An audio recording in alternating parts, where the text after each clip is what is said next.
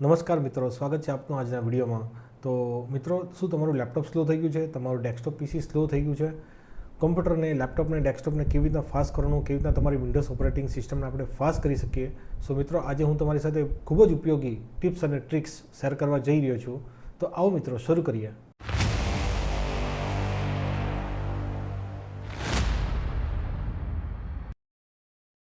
તો મિત્રો, આપણે શું કરવાનું છે? આમાં કીબોર્ડમાં પ્રેસ કરવાનું છે કંટ્રોલ ઓલ્ટ ડિલીટ. જે રીતે તમે કંટ્રોલ ઓલ્ટ ડિલીટ પ્રેસ કરશો, તમારે ટાસ્ક મેનેજર પર ક્લિક કરવાનું છે અને ટાસ્ક મેનેજર પર ક્લિક કરશો એટલે એમાં તમારે અહીંયા લેફ્ટ હેન્ડ સાઈડ પર તમારે સ્ટાર્ટઅપનો ઓપ્શન દેખાશે, સ્ટાર્ટઅપ એપ્લિકેશન્સ. સ્ટાર્ટઅપ એપ્લિકેશનમાં મિત્રો આ શું કરે છે? બેકગ્રાઉન્ડમાં જે પણ એપ્લિકેશન્સ તમે જેવું લેપટોપ ઓન કરો છો કે તમારું પીસી ઓન કરો છો અને જે પણ બધી એપ્લિકેશન ઓટોમેટિક બેકગ્રાઉન્ડમાં ચાલુ થઈ જાય છે, તેના લીધે શું થાય છે? તમારી ઓપરેટિંગ સિસ્ટમને બૂટ થવામાં ટાઈમ લાગે છે, વિન્ડોઝ સ્ટાર્ટ થવામાં ટાઈમ લાગે છે.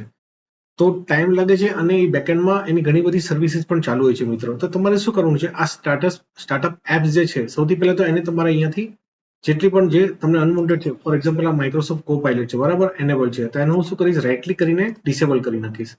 પછી બીજી છે મિત્રો, ફોર એક્ઝામ્પલ અહીંયા માઇક્રોસોફ્ટ ટીમ્સ, જેની મને સ્ટાર્ટઅપમાં જરૂર નથી, રાઈટ, તેને અહીંયાથી હું ડિસેબલ કરી નાખીશ.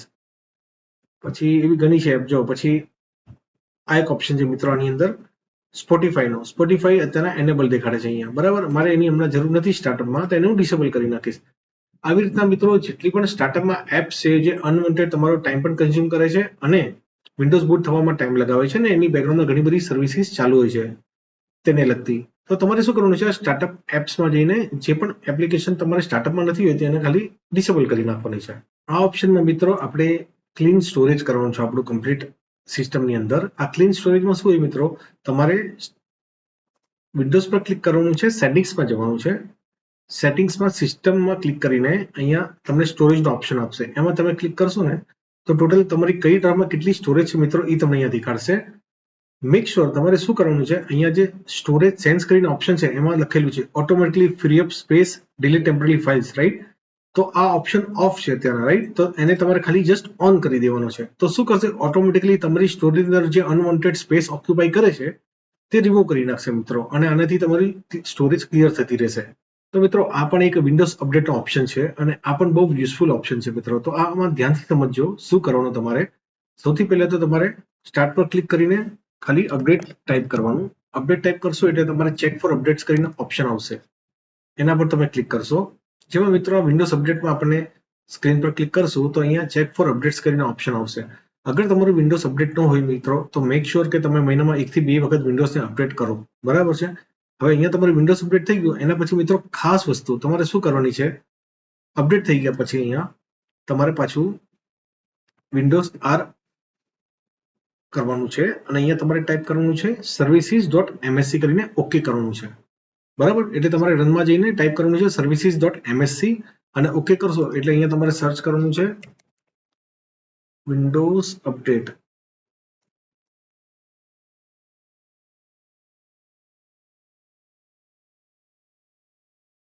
વિન્ડોઝ અપડેટ તમારે સર્ચ કરવાનું છે મિત્રો, આની પર ડબલ ક્લિક કરવાનું છે. હવે મિત્રો જો અહીંયા વિન્ડોઝ અપડેટમાં સ્ટાર્ટઅપ ટાઈપ મારી ઓટોમેટિક છે, તો ઓટોમેટિકને કાં તો હું ડિસેબલ કરી દઉં કાં તો હું મેન્યુઅલ કરી શકું છું મિત્રો, બરાબર. તમે ડિસેબલ કરી શકશો તો તમારે શું કરવું પડશે? એવરી મંથ તમારે આની અંદર જઈને એનેબલ કરવું પડશે અને પછી તમારે મેન્યુઅલ વિન્ડોઝ અપડેટ કરવું પડશે, કાં તો પછી હું મેન્યુઅલ રાખું છું અને અપ્લાય ઓકે કરી દઉં છું. એટલે જ્યારે પણ મને લાગે કે મારે મેન્યુઅલી વિન્ડોઝ અપડેટ કરવું છે તો મારે અહીંયા services.msc માં આવવાની જરૂર નથી, ડાયરેક્ટ હું મેન્યુઅલી વિન્ડોઝ પર અહીંયા ચેક ફોર અપડેટ્સ લખીશ અને મેન્યુઅલી અપડેટ કરી દઈશ આને.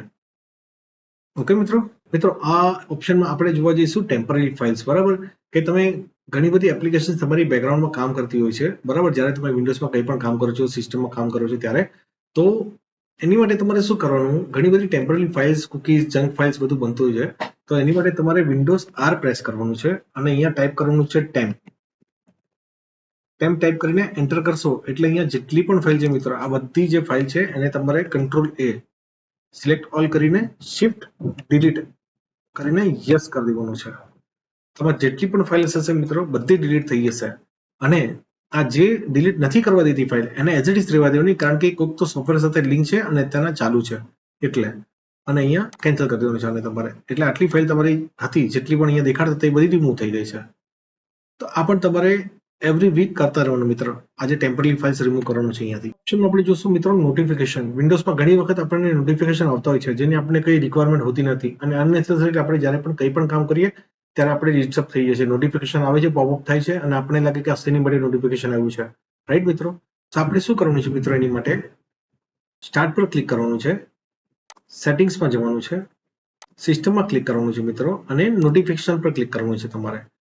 જેવી રીતે આપણે નોટિફિકેશન પર ક્લિક કરશું તો મિત્રો અહીંયા ડાઉન એરો જે દેખાડે છે એની પર તમે ક્લિક કરશો, રાઈટ. તો અહીંયા જેટલા પણ ઓપ્શન છે એ બધાને પહેલા તો અનચેક કરવાના છે અને પછી આ નોટિફિકેશન ઓન જે છે સ્ટેટસ એને ઓફ કરી દેવાનું છે, પછી આને બંધ કરી દેવાનું મિત્રો, બરાબર. એટલે આ નોટિફિકેશન આવતા તમને બંધ થઈ જશે મિત્રો. ઓપ્શનમાં મિત્રો આપણે શું કરશું, ડિસ્ક ક્લીનઅપ કરશું.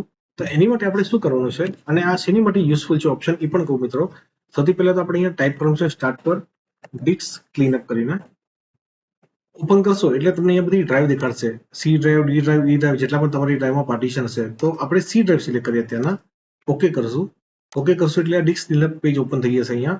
અને મિત્રો આ જેટલા પણ ઓપ્શન છે અહીંયા, જેવી રીતે ટેમ્પરરી ઇન્ટરનેટ ફાઇલ છે, આ ડાયરેક્ટ એક્સની જે ફાઇલ છે, વિન્ડોઝ એરર જે રિપોર્ટ્સની ફાઇલ છે, જે લોગ્સ બને છે, આ બધી જે ફાઇલ છે ને મિત્રો, જે બધી અહીંયા સાઇઝ દેખાડે છે એની, આ રિસાયકલ બિન છે, આ બધું તમારે અહીંયા સિલેક્ટ કરી દેવાનું છે.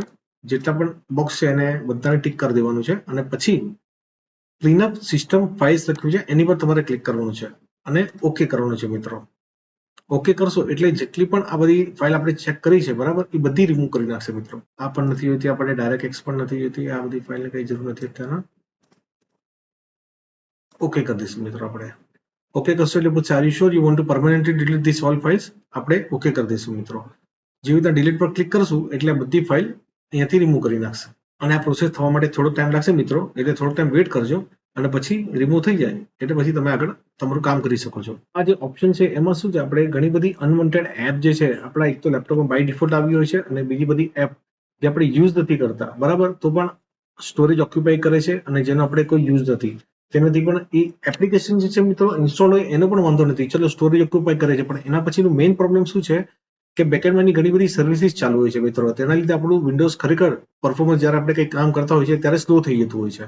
તેની માટે તમારે શું કરવાનું છે મિત્રો, તમે વિન્ડોઝ આર પ્રેસ કરો અને અહીંયા ટાઈપ કરી શકો છો f20.cpl અને એન્ટર કરશો તો પણ તમારું કંટ્રોલ પેનલ ઓપન થઈ જશે.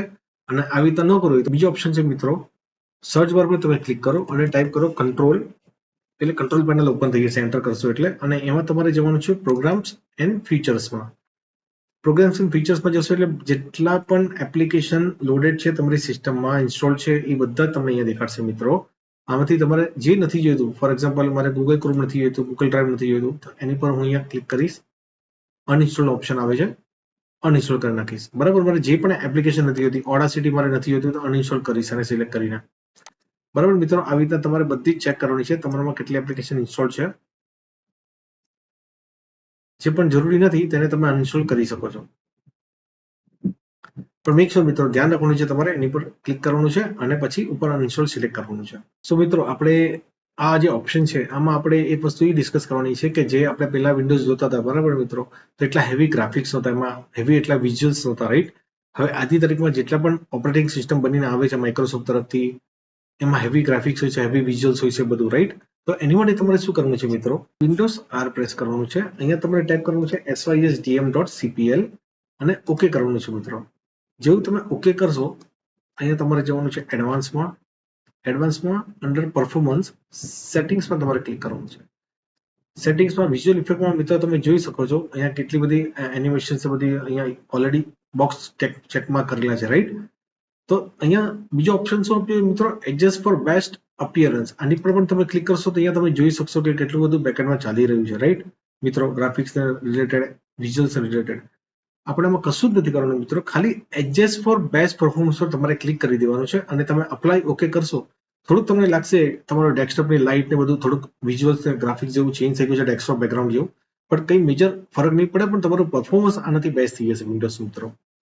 તો તમારે અપ્લાય ઓકે કરી દેવાનું છે. પછીનો મિત્રો જે ઓપ્શન છે એમાં તમારે શું કરવાનું છે, સર્ચ બારમાં પાવર ટાઈપ કરવાનું છે. જેવી રીતે તમે પાવર ટાઈપ કરશો મિત્રો તો અહીંયા તમને ઓપ્શન આવશે એડિટ પાવર પ્લાનનો, રાઈટ મિત્રો. તો એડિટ પાવર પ્લાનમાં તમે ક્લિક કરશો. હવે આ ઓપ્શન શેની માટે છે મિત્રો, તમારે તમારું જે ડિસ્પ્લે છે રાઈટ, એ તમે અહીંયા ટાઈમ સેટ કરી શકો છો. તમારે કેટલા મિનિટ પછી તમારે તમારું ડિસ્પ્લે ટર્ન ઓફ કરવું છે કે ટર્ન ઓન રાખવું છે કે તમારે કોમ્પ્યુટરને સ્લીપ મોડમાં રાખવું છે તમારી સ્ક્રીનને, રાઈટ મિત્રો? તો આ ટાઈમ સેવિંગ ઓપ્શન બહુ જ સારું છે. તમે તમારા અકોર્ડિંગલી તમારા કામના હિસાબે તમે અહીંયા ઓપ્શન સિલેક્ટ કરી શકો છો. અને તમારે સમજો કે કમ્પ્લીટ કામ કરવું છે કન્ટિન્યુઅસલી, તો તમે અહીંયા નેવર પણ કરી શકો છો. તો આ બહુ જ ઉપયોગી ઓપ્શન છે મિત્રો. જેવું તમે નવું લેપટોપ પરચેસ કરો કે નવી સિસ્ટમ પરચેસ કરો મિત્રો, તો આ સેટિંગ તમારે સૌથી પહેલા જ બાય ડિફોલ્ટ કરી દેવું જોઈએ. હવે મિત્રો, આજે હું તમારી સાથે ઓપ્શન શેર કરવા જઈ રહ્યો છું. આની માટે આપણે માઇક્રોસોફ્ટ પીસી મેનેજર ડાઉનલોડ કરવાનું છે. તો તમારી સિસ્ટમ ન હોય મિત્રો, તો તમે ડાઉનલોડ કરી શકો છો સર્ચ પર ક્લિક કરીને પીસી મેનેજર. મેં ઓલરેડી ઇન્સ્ટોલ કરેલું છે, એટલે હું ડાયરેક્ટ પીસી મેનેજર ઓપન કરીશ. અહીંયા પીસી મેનેજર ઓપન કરીશ મિત્રો, એટલે મારી આ સ્ક્રીન ઓપન થઈ જશે. અને બાજુમાં હું શું કરીશ, અહીંયા ટાસ્ક મેનેજરની સ્ક્રીન ઓપન રાખીશ મિત્રો. હવે આનું રીઝન કહીશ તમને. ટાસ્ક મેનેજરમાં જે અહીંયા ઉપર મારી મેમરી યુઝેજ દેખાડે છે, બરાબર મિત્રો, 72%. અને જે પીસી મેનેજર મેં ઓપન કર્યું છે એમાં પણ જોઈ લો, મારી મેમરી યુઝેજ દેખાડે છે 72%, રાઈટ? તો હવે આમાં તમારે શું કરવું છે મિત્રો, જે હું બૂસ્ટ પર ક્લિક કરીશ તો અહીંયા ઓટોમેટિકલી મેમરી લેવલ ડાઉન લઈ આવશે. અને એટલું જ લેવલ પછી અહીંયા થાય છે કે નહીં બરાબર, એ આપણે ચેક કરશું મિત્રો, ક્રોસ વેરીફાઈ કરશું. તો ચલો હું બૂસ્ટ પર ક્લિક કરું છું અને જોઈએ આપણે કેટલી મેમરી ડાઉન થાય છે. ઓકે, 60, 59.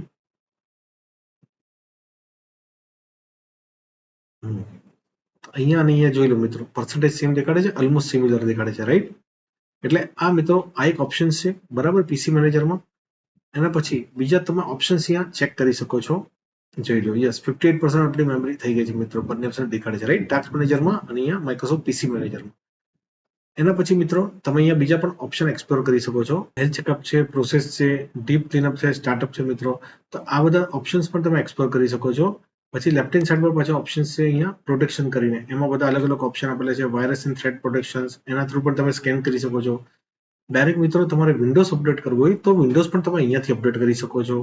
બાકીના પણ ઘણા બધા ઓપ્શન આપેલા છે. પોપઅપ મેનેજમેન્ટ કરવાનું, ટાસ્ક બાર રિપેર માટે છે, ડિફોલ્ટ બ્રાઉઝિંગ સેટિંગ્સ છે, બ્રાઉઝરનું સેટિંગ્સ. સ્ટોરેજમાં ક્લિક કરશું, સ્ટોરેજમાં પણ ઓપ્શન અહીંયા દેખાડશે મિત્રો. ડીપ ક્લીનઅપ માટે છે, બાકીના બધા ઓપ્શન્સ આપેલા છે. આ લાર્જ ફાઇલ છે, ડુપ્લિકેટ ફાઇલ્સ છે.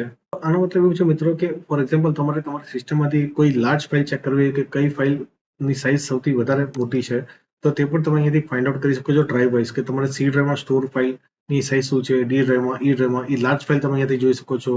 કોઈ ડુપ્લિકેટ ફાઇલ હોય તો તે પણ તમે અહીંયાથી જોઈ શકો છો. સ્ટોરેજ સેન્સ પણ છે અહીંયા. પછી બીજો ઓપ્શન છે એપ્સ. એપ્સની અંદર મિત્રો અહીંયા તમને દેખાડશે પ્રોસેસ મેનેજમેન્ટ છે, સ્ટાર્ટઅપ એપ્સ છે. સ્ટાર્ટઅપ એપ્સ જે આપણે જોઈ બરાબર છે, આમાં લખ્યું છે turn off the startup apps to speed up your PC post processes.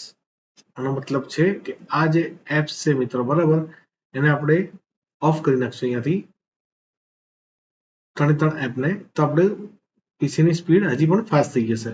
Tool bar છે, એટલે આ બધી વસ્તુ મિત્રો તમે પીસી મેનેજરમાં જઈને એક્સપ્લોર કરી શકો છો. અને બહુ જ સરસ, ખરેખર ખૂબ જ સરસ ઓપ્શન છે મિત્રો.